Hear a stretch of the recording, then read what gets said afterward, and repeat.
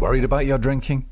Reserve your place on today's free Quit Drinking webinar and get a copy of my best-selling book, Alcohol Lied to Me, as a gift just for turning up.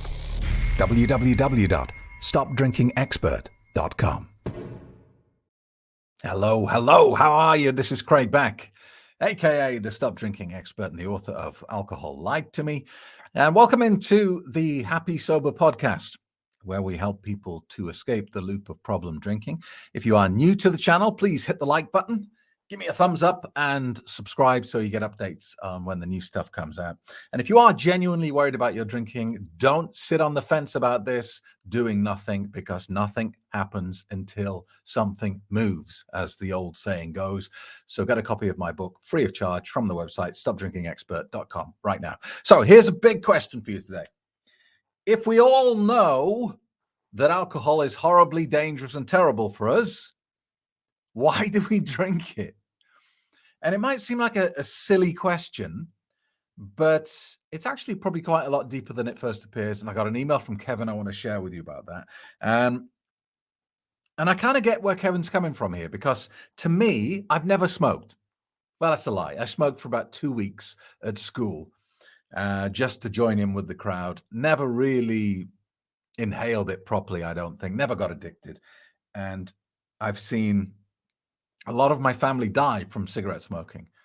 Pretty much all of my grandparents died from cigarette smoking.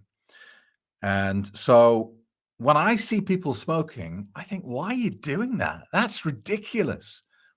That's just insane. So I get where Kevin's coming from. So let's take a look at his email and see what he says. Hey, Craig, I'm not sure if you're still answering your email. Yeah, sorry, it's taken me a while, Kevin. But I leave all these in my inbox until I do get around to them. So I'm sorry if there's a delay. But I have a thought and a question. By the way, I'm 53, stopped drinking altogether just over 3 years ago, and I'm doing great. My health has improved and my career has blossomed. Fantastic. You often talk about alcohol having no benefits at all. If this were true, then why do so many people drink? What worked for me was to acknowledge there is a small benefit, but only short term, in terms of helping me to relax in social gatherings and giving my mind and stress levels a break. I realized that the drawbacks of drinking far outweigh any short-term benefits. I look at quitting drinking like an investment in my future mental and physical health, just like saving a little or for retirement. Now is a little painful, but pays off in the future exponentially. Does this strategy make sense to you? Would love to hear your thoughts. Thanks, Kevin. It makes perfect sense, Kevin. So let's talk about that. And what you've done there, Kevin, is you've intellectualized the process, which most people don't do. And that doesn't mean they're not capable of doing it. It's just that they choose not to. You know, people who are drinking alcohol don't like Facebook stories that highlight the harms of alcohol. They like the stories that spin the narrative that red wine's good for your heart and whiskey helps you deal with depression and all this other garbage that the marketing companies churn out. They like those comments and they share those and they comment on them. Anything they see that doesn't fit with what they're doing, they either ignore it, they mute it, they hide it, or they report it. And the reason for that is purely down to confirmation bias. And that is, as human beings, all we want to hear is an echo chamber. We want to hear our beliefs echoed back to us infinitum. That's what we want. That's what makes us comfortable. And remember, all human behavior is motivated by two primary factors: the need to gain pleasure and avoid pain. But we will do much more to avoid pain than we will do to gain pleasure. So when something comes up that doesn't sit with our belief structure, whether that's about alcohol or religion or politics, we dismiss it as garbage. That's nonsense. That's rubbish. The person who wrote it is an idiot. Delete, mute, block.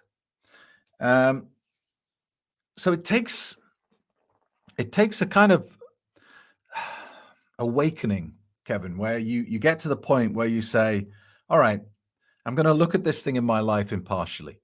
I'm genuinely going to look at the good and the bad. And that's what you did.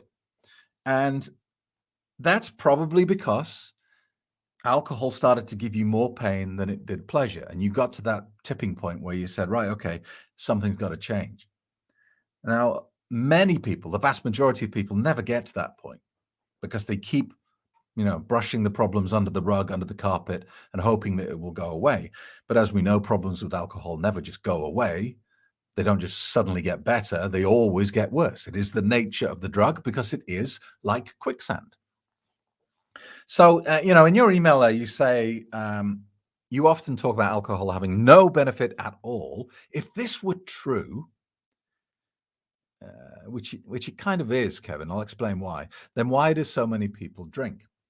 And you said you kind of worked out that there is a small benefit, but only in the short term.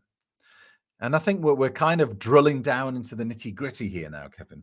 If something is only a benefit temporarily and it leads to much bigger problems later, can you even really label it as a benefit?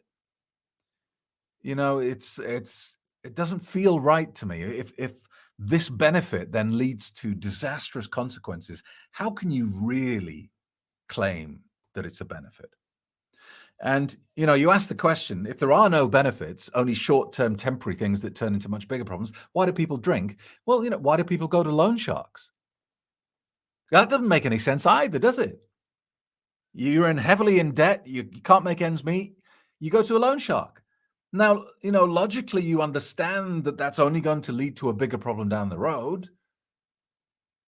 But if people didn't use loan sharks, they wouldn't exist. They wouldn't be out there. You wouldn't have these payday lenders advertising on TV and radio. And when you look into the fine print, it says APY 32,000%. Yeah, we'll lend you $100. You got to pay us back $400 next month, though. People, if they were thinking logically, would not use these services. And yet there are thousands of these companies out there making millions of dollars out of very vulnerable and desperate people. And so the same applies to alcohol.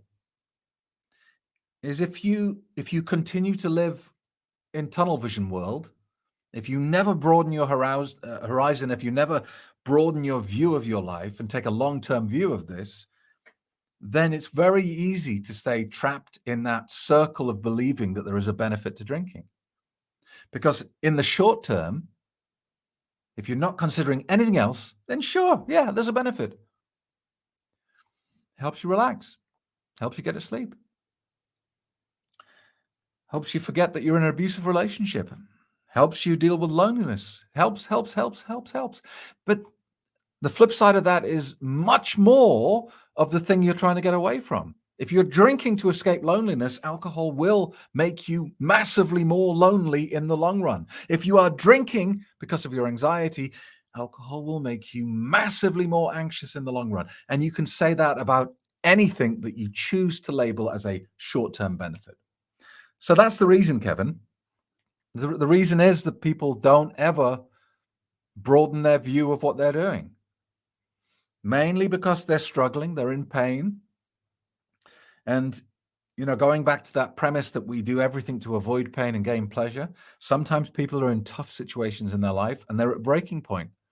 And they say, I don't want to hear any more bad news. I don't want to hear that the thing that I believe is my only escape is also killing me.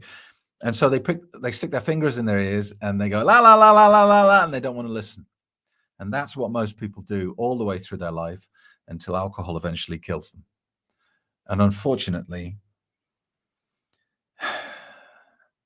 it would be nice if this wasn't the case, that 3 million people every year die because of alcohol. 3 million.